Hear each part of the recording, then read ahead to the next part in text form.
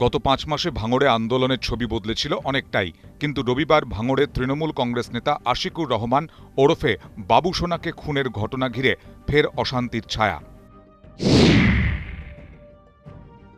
তৃণমূল কংগ্রেসের অভিযোগ, গত কয়েকদিন ধরেই কর্মীদের ওপর চলছে আক্রমণ। বাইক নিয়ে বার হলে কিছু লোক আন্দোলনকারী তারা আমাকে আটকে, গ্রামের মাঝপথি সামনে আটকে আমাকে বাঁশ দিয়ে লাঠি দিয়ে পেটানো শুরু করলো। গত বেশ কয়েক মাস ধরে অস্ত্র মজুতের ছবি ধরা পড়েছে ভাঙড়ে।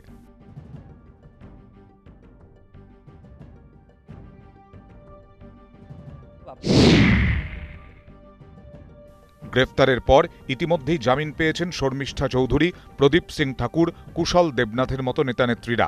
ফলে আন্দোলনে জোয়ার আনতে চাইছে রেড স্টার। ভাঙড়ে চলছে নতুন করে প্রচারও। নির্মীয়মান প্রকল্প থেকে জমিতে মিশছে বিষাক্ত জল ও তেল, তাতে দূষিত হচ্ছে পরিবেশ। জীবন ধারণে ঘোরতর সমস্যায় পড়বেন সাধারণ মানুষ।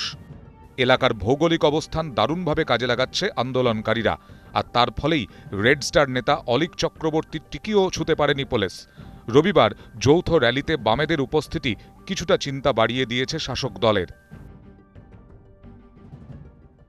ওরা পুলিশের হাতে তুলে দিচ্ছে, পুলিশ ধরতে আসছে না। আরাবুলের গুন্ডা বাহিনী, রেজ্জাকের গুন্ডা বাহিনী, কাইজারের গুন্ডা বাহিনী, তারা এসে ধরে ধরে তুলে নিয়ে পুলিশের হাতে তুলে দিচ্ছে। আর পুলিশ নানান রকমভাবে তাদেরকে কেস দিয়ে হেনস্থা করছে। তো আমরা এখন চাইছি যে সরকার আমাদের সঙ্গে আলোচনায় বসুক, আলোচনায় বসে আমাদের যে 5টা দাবি আছে সেই 5টা দাবি সুষ্ঠুভাবে মীমাংসা করুক। কিন্তু মিছিলকে বানচাল করবার জন্য চক্রান্ত করছে, নিজেদের মধ্যে ওরা সংঘর্ষ করছে।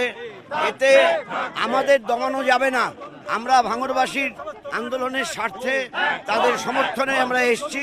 রাজনৈতিকভাবে গুরুত্বপূর্ণ মোড়ে এই মুহূর্তে ভাঙড় আন্দোলন।